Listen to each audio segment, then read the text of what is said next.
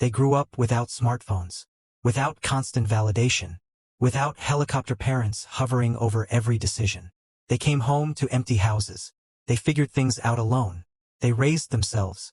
And then, the world just forgot about them. Sandwiched between boomers and millennials, there's a generation that barely gets mentioned. They don't complain. They don't demand attention. They just exist. Quietly, competently, independently. But here's what's fascinating. Their psychology is completely different from every generation that came before or after. Today, we're uncovering the hidden psychology of Generation X. The forgotten generation. The ones who learned to survive without anyone watching. Here's something that will blow your mind. Gen X is the only generation in modern history that was psychologically conditioned for both extreme independence and rapid technological adaptation. They grew up analog. They became digital. They bridged two completely different worlds. And that did something to their brains that researchers are only now beginning to understand. So who exactly is Generation X? Born roughly between 1965 and 1980, they're the generation that came of age in the 80s and 90s. They're in their mid-40s to late 50s now. Your older coworker, your parent, that aunt who never posts on social media but somehow has her life completely together. But what defined them wasn't just when they were born. It was how they grew up. This was the Latchkey generation. Kids who wore house keys around their necks because no one was home when school ended. Both parents were working, divorce rates were spiking, the economy was shifting, and childcare wasn't the structured, supervised experience it is today. So these kids came home to empty houses. They made their own snacks, did their homework alone, solved their own problems, entertained themselves. No playdates scheduled by parents. No constant supervision. No phones to call for help with every little thing. If they wanted to see a friend, they rode their bike across town. If they got hurt, they patched themselves up. If they were bored, they figured out something to do. And this wasn't occasional. This was daily life. This was their normal. Now imagine what that does to a developing brain. A child's brain is incredibly plastic. It adapts to its environment. And Gen X's environment taught them one core lesson, over and over and over again. Asterisk, you're on your own. Figure it out. Let's dive into the psychology here. Because what happened to Gen X created a completely unique psychological profile. First, self-reliance conditioning. From a neuroscience perspective, when children are repeatedly placed in situations where they must solve problems independently, their prefrontal cortex, the part of the brain responsible for planning, decision-making, and problem-solving, develops differently. Gen X didn't have parents solving every problem. They didn't have Google to answer every question. They had to think. Trial and error. Experimentation. Failure and learning. This created what psychologists call an internal locus of control. The belief that you are responsible for your own outcomes. That you can't rely on external forces to save you. That if something needs to get done, you do it. Compare this to later generations who grew up with more parental involvement, more structured support systems, more safety nets. Not better or worse, just different. Different environmental conditioning creates different psychological wiring. Second, skepticism toward authority. Gen X watched Watergate unfold. They saw the Iran-Contra scandal, the AIDS crisis, corporate layoffs despite promises of lifetime employment, Enron, the dot-com crash. Again and again they watched institutions fail. Authority figures lie. Systems collapse. So they learned not to trust blindly, not to accept things at face value, to question, to verify, to think critically. This created a generation of skeptics. Not cynics, there's a difference. Cynics believe nothing matters. Skeptics just want proof before they commit. Third, emotional restraint. Here's where it gets really interesting. Gen X grew up in an era where expressing emotions, especially for boys but really for everyone, was seen as weakness. Suck it up. Tough it out. Don't be so sensitive. Therapy was stigmatized. Mental health wasn't discussed. You didn't talk about your feelings. You just dealt with them, privately. From a psychological standpoint, this created what's called emotional self-regulation through suppression. Not the healthiest coping mechanism by today's standards, but incredibly effective for functioning under pressure. Gen X learned to compartmentalize, to process emotions internally, to keep working, keep functioning, keep moving forward even when things were hard. This is why they seem so unshakable to younger generations. They're not unfeeling, they just learn to feel privately. Fourth, adaptability. Gen X lived through the most dramatic technological shift in human history. They grew up with rotary phones, cassette tapes, and encyclopedias. They had to memorize phone numbers, write letters, go to the library for research. And then, in their 20s and 30s, the world went digital. Email, cell phones, the internet, social media. They didn't just witness this change. They adapted to it. They learned new skills, new languages, new ways of thinking. Psychologically, this created cognitive flexibility, the ability to shift between different systems, different mindsets, different modes of operation. They can handwrite a letter and code a website. They can have a face-to-face conversation and navigate Zoom. They remember life before constant connectivity, so they don't take it for granted, but they also embraced it fully. Fifth, low validation dependency. This is crucial. Gen X didn't grow up with likes, followers, or constant feedback.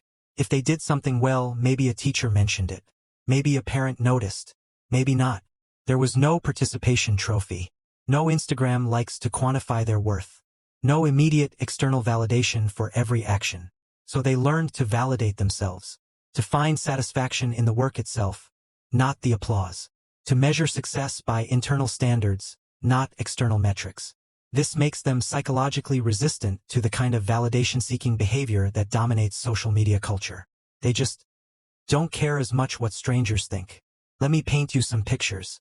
Real moments that shaped an entire generation's psychology. Scenario 1. The empty house. You're 8 years old.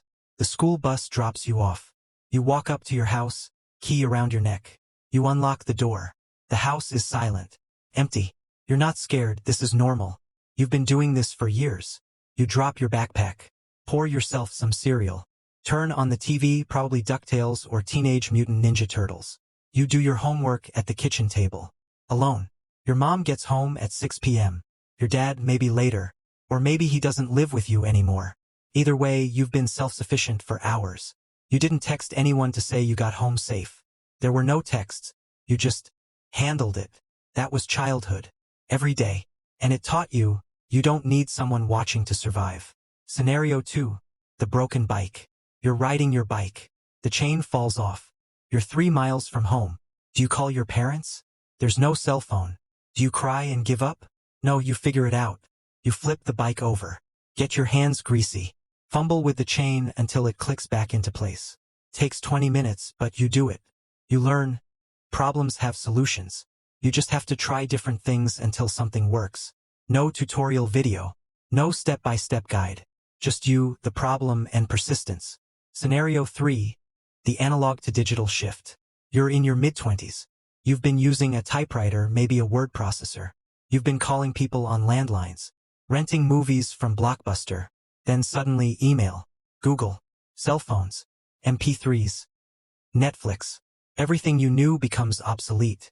You could resist, get nostalgic, complain, but you don't. You adapt. You learn. You download your first file, send your first email, build your first website, because that's what you've always done. The world changes. You change with it. Now, let's be clear. This isn't about saying one generation is better than another. Every generation is shaped by its circumstances, but the differences are fascinating. Gen X versus Millennials *. Millennials grew up with more structure, more parental involvement, more emphasis on collaboration and teamwork. They were told they were special, that they could be anything. This created optimism, purpose-driven thinking, a desire to make an impact. Gen X, they weren't told they were special. They were told to figure it out. Millennials tend to seek meaning in their work. Gen X tends to see work as a transaction. You do the job, you get paid, you go home. Millennials often process emotions externally. Talking, sharing, seeking support. Gen X processes internally, quietly, privately, independently. Neither is wrong. Just different psychological conditioning. Gen X versus Gen Z *. Gen Z is the first truly digital native generation. They never knew a world without the internet. They're incredibly expressive. They talk openly about mental health. They demand authenticity. They build communities online. Gen X grew up invisible and learned to like it. Gen Z grew up visible and learned to navigate it. Gen Z seeks connection and representation. Gen X seeks privacy and autonomy. Gen Z wants to be heard. Gen X is fine being quiet. Again, not better or worse, just the result of completely different formative environments. So what did this unique upbringing create? What are Gen X's hidden psychological strengths? Resilience. When things go wrong, they don't panic. They've been handling crises alone since childhood. They assess, adapt, move forward. Emotional toughness. They can handle discomfort, uncertainty, criticism. They don't crumble under pressure because they were forged in it. Quiet leadership. They don't need the spotlight. They don't need credit. They just get things done. They lead by example, not by announcement. Bullshit detection. Years of skepticism means they can spot manipulation, lies, and empty promises from a mile away. They trust actions, not words. Crisis management. When chaos hits, Gen X stays calm. They've seen economic crashes, political scandals, cultural shifts. They know everything passes. They just keep working. Adaptability. They've proven they can learn anything, shift to any system, navigate any change. Because they already did it once, from analog to digital. They can do it again. Independence. They don't need hand-holding. They don't need constant feedback. Give them a task, they'll figure it out. Leave them alone, they'll be fine. So what can other generations learn from Gen X's psychology? First, you don't need constant validation to have value. Your worth isn't measured in likes or followers. Do good work. Be a good person. That's enough. Second, self-reliance is a superpower. The ability to solve your own problems, to figure things out independently, that's freedom. Cultivate it. Third, emotional regulation doesn't mean emotional suppression. Gen X sometimes goes too far into stoicism. But there's wisdom in not letting every emotion control you. Feel your feelings, but don't let them derail you. Fourth, adaptability is survival. The world will keep changing. Technology will keep evolving. The people who thrive are the ones who can learn, adjust, and keep moving. Fifth, question everything. Don't accept things just because someone in authority says so. Think critically. Demand evidence. Trust but verify. Sixth, privacy is valuable. You don't have to share everything. You don't have to perform your life for an audience. Some things can just be yours. Seventh, resilience is built through difficulty. Not trauma, let's be clear, but appropriate challenges. Solving problems. Failing and trying again. That's how you build psychological strength. They just keep working, keep adapting, keep quietly holding things together. And maybe that's their greatest strength. They don't need recognition to keep going. They don't need applause to do what needs to be done. They learned early. The world doesn't owe you anything. No one's coming to save you. You save yourself. And in a world that's increasingly chaotic, increasingly uncertain, increasingly overwhelming, that might be the most valuable psychology of all. The ability to stand alone, to trust yourself, to weather the storm without falling apart. Gen X doesn't talk about their trauma, their struggles, their resilience. They just embody it, quietly, competently, independently, and maybe the rest of us could learn something from that.